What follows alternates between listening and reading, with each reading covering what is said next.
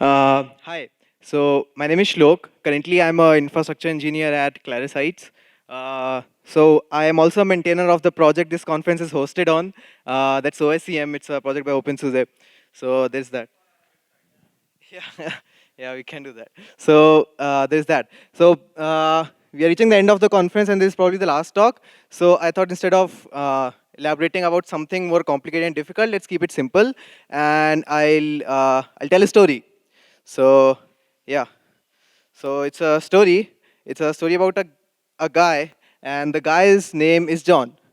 So it's completely fictional. So if anyone John over here, I'm really sorry. It's not meant to offend you. So John, he recently got a job. He got a job as a database administrator in one of the big companies, and he started setting up the Postgres instance for them. Now, uh, the John manager asked him to do replication. So John said, "Yay, I'll do a Postgres replication." Why does John need replication? The answer is quite simple. Replication provides high availability, as we have discussed in lots and lots of talks over the past couple of days. You can have master-master, you can have master-slave, you can do replication over different availability zones. So you'll have basically high uptime. Okay, so what does John do? John goes ahead and read about replication in Postgres. John reads about synchronous replication. John reads about asynchronous replication, and he reads about difference between synchronous and asynchronous replication. So what basically synchronous replication in gist it says is ki it provides you guarantee that the write-ahead logs they have reached the secondary or the standby server. I just say reach the standby server because there are a bunch of parameters that can configure that. I'll probably cover that later. So the write-ahead logs have reached the standby server, so you have this durability guarantee. So if a primary crashes, the data would still be consistent. So that's synchronous application, and asynchronous is not synchronous. Yeah. So, and then he goes ahead and reads about file-based log shipping versus streaming replication. Again, to put in simple words, file-based log shipping ships one write-ahead log at a time. Streaming replication does not do that. So it doesn't wait for the write-ahead log to be completely filled before it goes ahead and ship it. So there is that. Again, you can configure, tune various parameters on it. So, okay, so now John knows what replication is. John knows what file-based application is. John knows what streaming application is. So he goes ahead and implement it. He does a PG-based backup. He spin up a new replica node. He get a recovery.conf if he's using the older Postgres version. And he starts it at night. And then he goes to sleep. This happens in the morning. So what does John do wrong? Okay, so what John didn't know about was say you had massive writes at night. You had cron job schedule at 12 o'clock at night, and there were massive writes. There were too many write-ahead logs generated. Now the Postgres master didn't have enough resources to actually send those write-ahead log segments to the standby servers. He didn't tweak the correct knobs.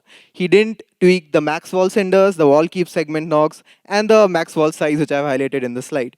So as the name quite justifies what they do, max wall size is the total amount of size a write-ahead log directory can grow to. Wall keep segments is the number of total write-ahead log segments you can keep.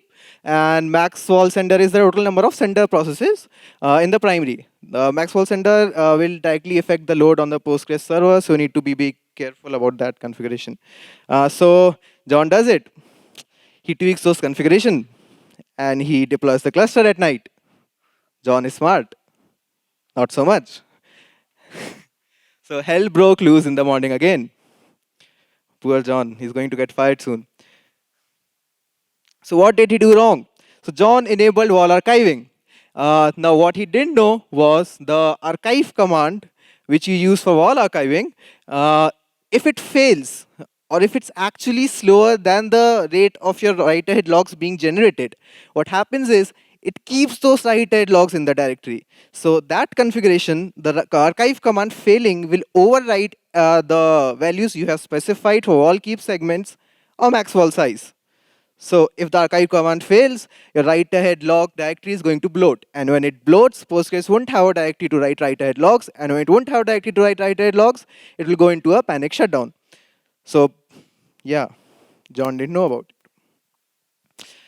So there are a bunch of more parameters to tune replication. So we have archive mode, replication timeout, and all of them are listed here. I'm not sure how much time I have. Archive mode, there's a difference between always and on. Always send out, this is actually wall archiving and not replication. Okay, so always what it does is, it sends the write-ahead logs even if the server is in recovery mode. On does not do that, so it does not ship the write-ahead log, not archive them if the server is in recovery mode. So we have replication timeout, we have a promote trigger file, we have a file by which we can trigger the standby to be a primary. So if the file is present, the standby would be triggered to a primary. So there's that. I'll just quickly conclude it. So we have synchronous replication.